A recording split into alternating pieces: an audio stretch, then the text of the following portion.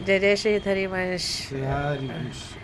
श्री हरिवंश महाराज जी। महाराज जी, आज शरद के उत्सव है। आज शरद का पूर्णिमा का उत्सव है, तो इसकी कुछ राधा वल्लभी संप्रदाय में विशेषताओं को आप हमको बता सकते हैं, और कौन से ऐसे रसिक महानुभाव हुए हैं जिनकी वाणियों को हम गायन करके या पठन करके आगे हमारी रस रीति में बढ़ने के लिए सहायक हो।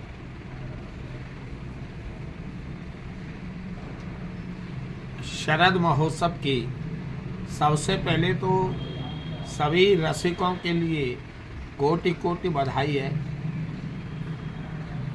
और यहाँ जो शरद है, ये रास महारास शरद क्यों हुआ? लेकिन रास दो प्रकार के हैं, एक नैमित्तिक रास है और एक नित्य रास है।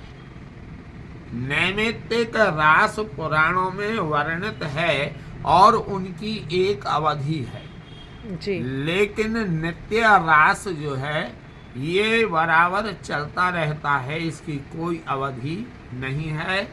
और ये नित्य रास के लिए श्रीहित हरिवंश चंद्र महाप्रभु जी ने प्रकट किया है, जिसमें हरित्रय की विशेष भूमिका है। हरिवंश महाप्रभु जी, स्वामी हरदास जी महाराज, श्री हरिराम व्यास जी महाराज। ये नित्य रास लीला का प्राकट्य स्थल वृंदावन धाम के गोविंद घाट के हित रास मंडल पर है। आज के दिन श्री जी धवल कुंज में विराजमान होती हैं और श्री जी के लिए चंद्रकला और खीर का भोग लगाया जाता है। रास के पद होते हैं। आज इसके अलावा श्री हेतु ध्रुवदास जी महाराज का जन्म दिवस भी आज ही है। श्री हरिवंश महाप्रभु जी के चतुर्थ पुत्र श्री मोहन चंद्र जी का जन्मदिन भी आज के दिन। हरिवंश महाप्रभु जी का आज निकुंज प्रवेश होने के कारण सुंदरवर जी का जन्म महोत्सव तो राधा वल्लभ पाटोत्सव के दिन मनाया गया। उस दिन नहीं मना पाए थे आज के दिन। और श्री मोहन चंद्र जी का कार्तिक में मनाया गया है।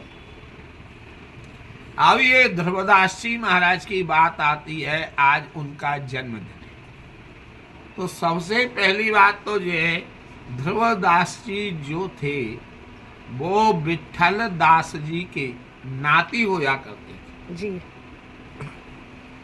और श्याम दास कायस्थ के पुत्र होया करते थे जी। देववन के रहने वाले श्री गोपीनाथ गोस्वामी जी महाराज के शिष्य थे।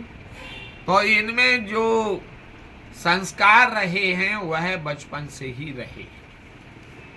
श्री ध्रुवदास जी महाराज के विषय में बहुत ही विशद वर्णन किया गया है।